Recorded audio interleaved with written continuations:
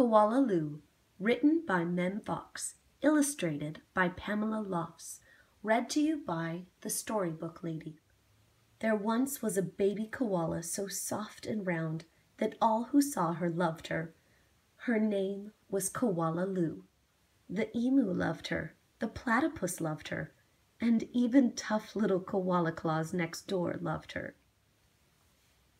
But it was her mother who loved her most of all. 100 times a day she would laugh and shake her head and say, "Koala Lou, I do love you." Whenever she stretched in the early morning sun, or climbed a gum tree, or bravely went down the path all by herself, her mother would smile and say, "Koala Lou, I do love you." The years passed and other koalas were born, brothers and sisters for Koala Lou. Soon her mother was so busy she didn't have time to tell Koala Lou that she loved her, although of course she did. Every night as she curled up under the stars, Koala Lou thought about the times when her mother had looked at her and said, "Koala Lou, I do love you." And she longed for her to say it again. One night Koala Lou had a splendid idea. Preparations had begun for the Bush Olympics. She would enter the Olympics. She would compete in the gum tree climbing event, and she would win, and her mother would fling her arms around her neck and say, "Koala Lou, I do love you."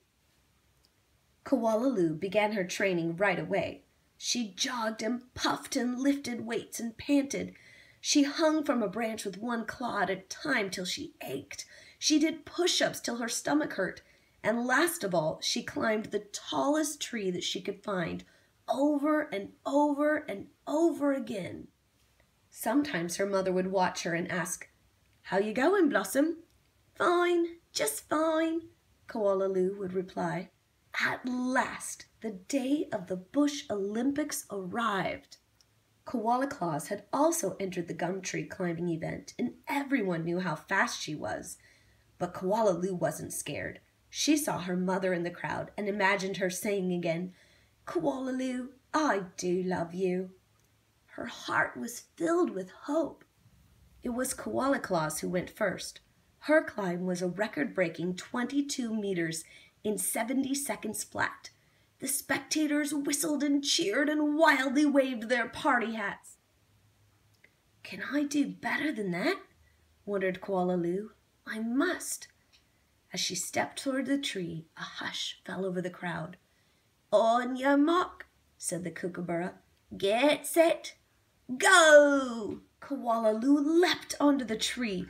Up and up and up she climbed, higher and higher and higher, faster and faster and faster, until there she was, right at the very top.